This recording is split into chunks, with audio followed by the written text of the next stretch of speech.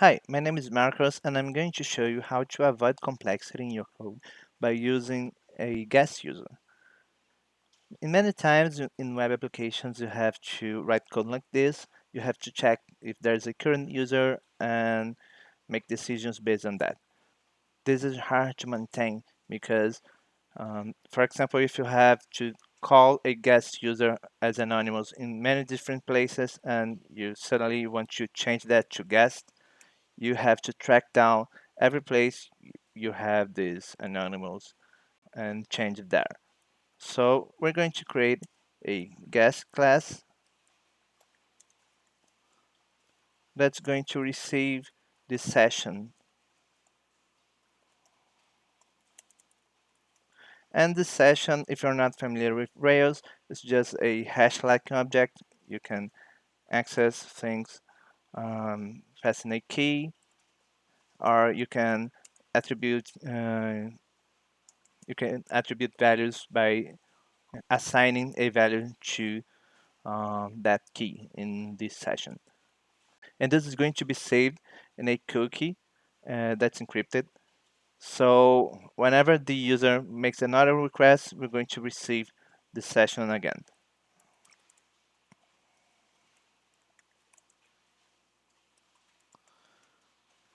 And now let's simplify this piece of code.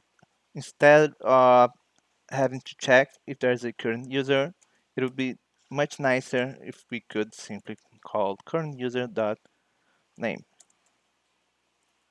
So let's remove this code. This is our dream code, and we can do it by simply creating a name method in our guest user. So,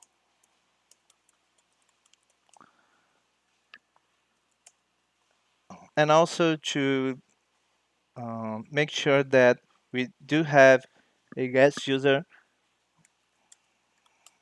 we can simply override whatever method you're using for setting a current user. And if there's no current user, if the current user is new, we just assign a guest user, and this way you can use it throughout your application in whatever view you want.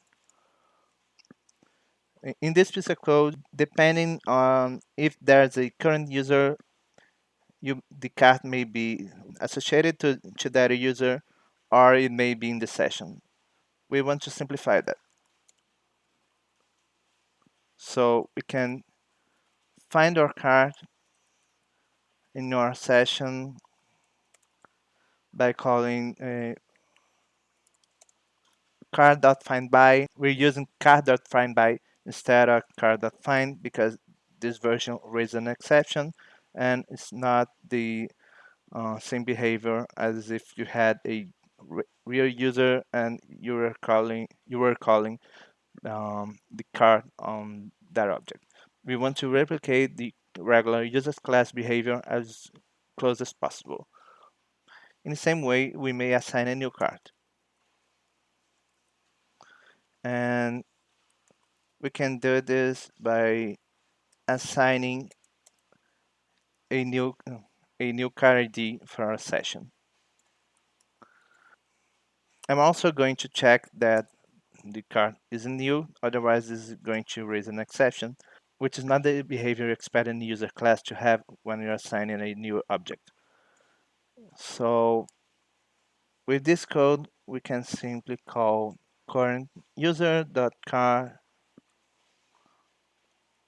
and the rest is going to work. We can also simplify our code in other places.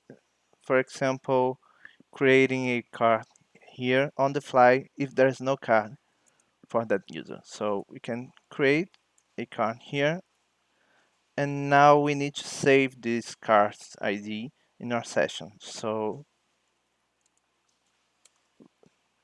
we can um, start this in a instance variable and update our card ID,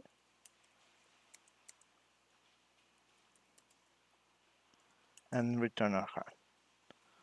We can also avoid making unnecessary accesses to the database by caching this. And the only problem now is that when we do this, we also need to keep track of this reference here. So whenever we update our card, we're going to need to update both the sessions card ID and our instance variable card. Now, what about this piece of code? Uh, this thing isn't going to work anymore, and this this kind of behavior, uh, creating a link, isn't really concern of a user class, neither a guest class. So in this case, we actually need to make a decision.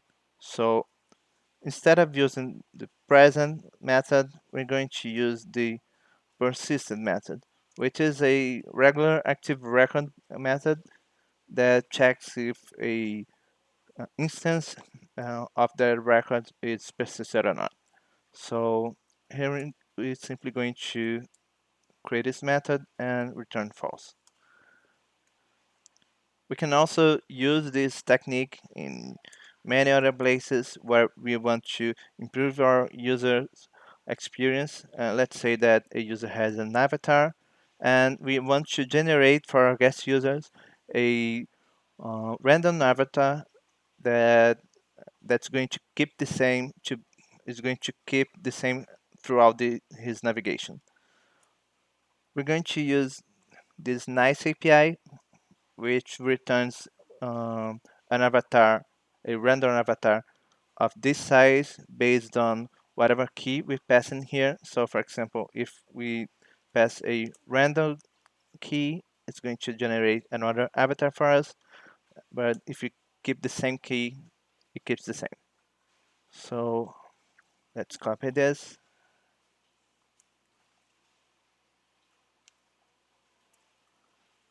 Now this is generating a random avatar and which we need to store in our session. So now if we already have an avatar, it's going to return that one. Otherwise, it's going to create one on the fly for us. The nicest part of this technique is that it's framework and language agnostic. You can see, for example, that I created a sample guest class that in JavaScript that has the same behavior. We define a default name, we define a default avatar, and we can also get and set the card based on the session.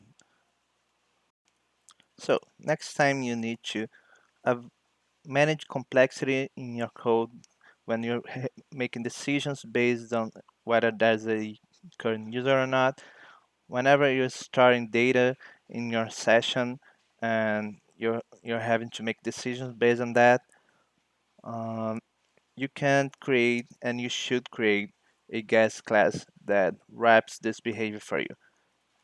It's very easy to use, it's nice to read, and it's very simple to extend as well. You just need to remember to always try to replicate the actual user's interface as close as possible. Well, this sums up for this video. See you next time. Bye bye.